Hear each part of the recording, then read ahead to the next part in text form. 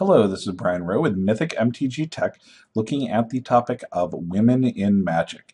This is one of the more controversial topics that is out there, but it is one that is extremely important to me. I'm going to try to be constructive in this and objective, but also give a real critique of what's going on in the movements and how they could be better. This topic is of extreme interest to me because the two people that I probably play Magic with most are women. Marguerite Cottrell, my partner, and Gwen Rowe, my daughter. I've taught chess for a while, and I'm a strong proponent of Laszlo Poligar's idea that geniuses are made, not born.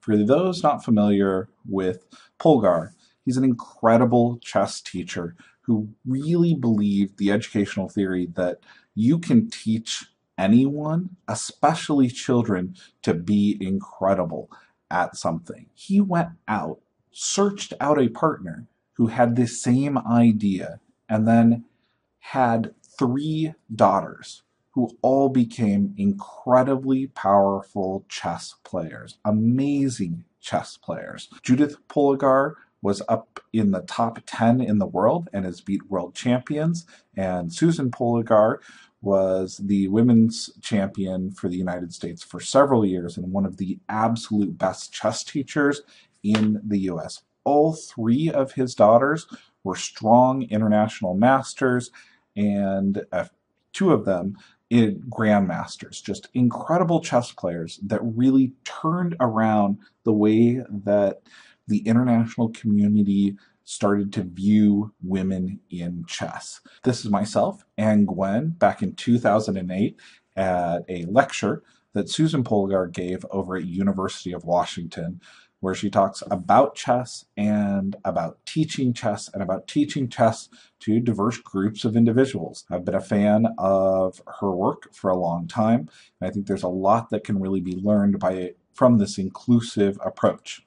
I myself worked as a chess teacher to help pay the bills in undergrad for several years. I worked at lots of different elementary and middle schools, and the dynamics in the class were extremely stark. Usually there was 1 or 2 girls in the entire class, and everyone else was boys.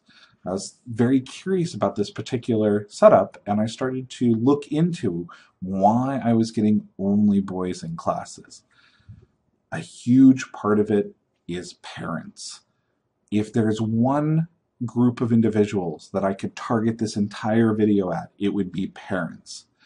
Parents are currently treating their children differently based on gender and socializing them in a way that discourages girls from playing games or engaging in strategic activities. I did private lessons with a family where they had 3 children, 2 boys, 1 girl, all within 3 years of each other.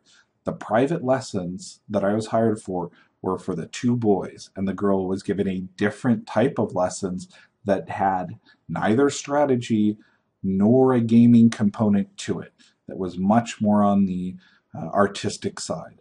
This is just a prime example of how parents look at the activities that they suggest to girls and funnel girls in a different direction from a very early age. The girl was just as interested, if not more interested, than at least one of her brothers when it came to playing chess. And I suggested on at least 2 different occasions to these parents, why don't you give your daughter a chance to play?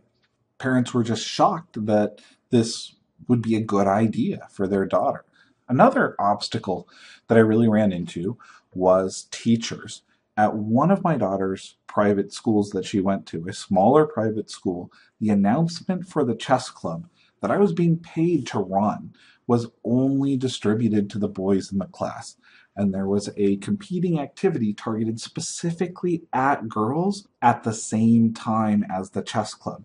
It blew my mind. I did not even imagine that they would only announce the chess club that I was teaching with my daughter in the school, 2 boys in the school. The bias against strategic games is at all levels. It's parents, it's families, and in some cases, it's even teachers. This translates over to Magic the Gathering very, very well. In almost all cases, when I start talking about gaming and my passion for gaming, what gaming has done for me, because I was a very avid gamer before going into the law, most individuals would suggest, oh, can you teach this to our son? Can you teach this to our kids? There are some really good groups currently targeted at dealing with these biases. I've been extremely impressed with the activities as of late from the Ladies Planeswalker Society. They've been around a few years, and they're doing a great job of reaching out to the community to help create an inclusive atmosphere where anyone can come, learn, and play Magic, creating a community for anyone. By a similar token, the Planeswalkers for Diversity group is trying to do the same thing. I'm actually a fan of the messaging from Planeswalkers for Diversity a bit more than Ladies Planeswalker Society. Planeswalkers for Diversity realizes that this is not just about women, but it's about bringing together anyone, regardless of background or other labels. Even with Ladies Planeswalkers and Planeswalkers for Diversity out there attempting to raise awareness and bring new people into the game, there are some opportunities for improvement. Now, as I go into these, please understand I strongly respect those two groups, but I think there are things that they could do a little bit better. Originally, when Ladies Planeswalkers started, a lot of individuals in the local area felt like the events were exclusive. This was not the intent of Ladies Planeswalkers, but they tried to walk this line between being inclusive and open, but also encouraging individuals to participate with a +1 or a partner. And I definitely know one or two individuals who were not partnered, or their partners were also male, that felt that this was an exclusive type of arrangement. There's definitely value in having an exclusive group, and there's value in having an inclusive group, but walking the line between the two can make people feel left out. Ladies Planeswalker has fortunately done a very good job since then of rectifying that, of putting forward a much more inclusive, open environment and dealing with some of those initial issues. The second thing that Ladies Planeswalker I think could do a little bit better is focus their media and outreach a little more on playing the game to show off the benefits and the positives. Ladies Planeswalker's best events recently, I would say, are the outreach events they're currently doing at things like PAX East, where they're teaching new players to play Magic. The social and political message, when combined with this service to the community, is a wonderful way to spread the message, and I think they're doing the right thing. More events that are targeted at the public and bringing people in an inclusive way is the right way forward. Another issue that I need to bring up is the current environment where there's some confusion between the idea of being inclusive to women and putting forward some Puritan, religious, ridiculous morals. There is, unfortunately, a bit of infighting between women and targeted at women from men within the Magic community. Some individuals have taken this mantle of including women or including families into the game and put forward a very negative message that pushes very limited Puritan values and is extremely anti-sex or anti-individual expression. It's almost a form of oppression itself. The answer here is to be inclusive, not to be exclusive.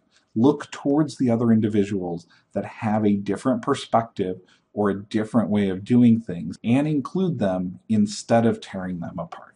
Stores have a long way to go also in putting together a more open and inviting environment. They should do two things. Number one, I don't expect a store to be perfect, but I do expect it to keep a clean, inviting, open environment. There are many stores that unfortunately take their game playing section, throw it off in the back, don't pay attention to it, don't put the same type of effort or cleaning upkeep in it that the rest of their store has. You need to have a clean, open, inviting environment. And when I say inviting, I mean that you need to go out of your way when individuals who are not normally within your play group, within your community, come into the store to welcome them, to introduce them, to let them know that the environment is open to new players. It has to be a proactive effort by staff. It has to be associated with policies. Now, to be clear, neither of these two stores are sponsors currently of the channel, but Phoenix Comics and Card Kingdom are two of the best in the Seattle area for creating an atmosphere where it is clear that discrimination is not allowed, that gaming events are open to anyone, and that anyone can play and is encouraged to become part of the community. Judges have a lot of power here. A few judges that I've talked to don't see it as their mission to advance diversity in the game, that they're just there to keep the rules of the game moving forward. And I strongly disagree with this. Judges have a responsibility to make sure that the gaming environment is open, inclusive, that it is a friendly place for anyone to play. Yes, there are options for someone to be thrown out of a tournament for treating others extremely poorly, but what is currently lacking from the DCI is training on how to be inclusive, open. Many judges, unfortunately, allow some very negative and derogatory language to come from average players that they don't necessarily even notice is negative, derogatory. I've been to several tournaments where terms like gay and bitch are thrown around as terms of insult to someone else after a good play is made, and a judge doesn't make any comment, doesn't step up and put forward that this is really against the play environment rules and can be really offensive to other players. The DCI has a responsibility to add into their training some of the inclusive standards as part of what it takes to be a judge. Being a judge means that you're more than just a rules aficionado. You're in charge of the event and you get to set the tone. You get to manage what is acceptable. Players also have a long way to go. This comic showed up recently in the Magic the Seattling group. I think it's a great comic. It brings forward some of the issues. The first response to this comic was even better. It was an individual saying, "Oh, I don't have any problems. I'm open to all girls," although I occasionally refer to them as unicorns and laugh when I see them in place. Now, I'm paraphrasing there. It brought out really quickly a huge number of comments where individuals are not even aware of the biases that they put forward. They often treat a player of a diverse background or opposite sex, not that sex is a binary, in a way that they don't even realize is different from the way that they're treating everybody else at the tournament. It takes awareness of how you're acting, which is where judges come in as an opportunity to point out what's okay and not okay. But peers have a lot of power in this situation.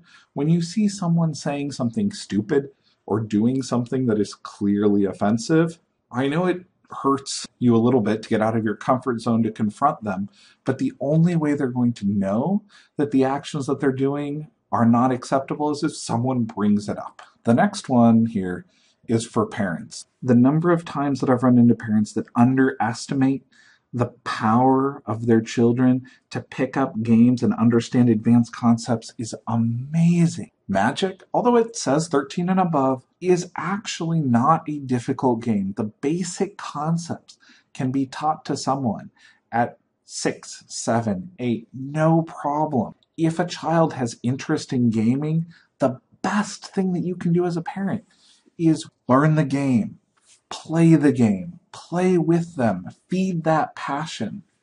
Gaming gives someone the essential skills to look at a problem, to make quick decisions, to plan out a strategy, to read carefully, to pay attention to detail, to put together a plan. These skills are something that any child, regardless of background or gender, benefits from learning early and practicing again and again. Parents, please look at games as an opportunity to teach them amazing strategic skills that they'll use for the rest of their life.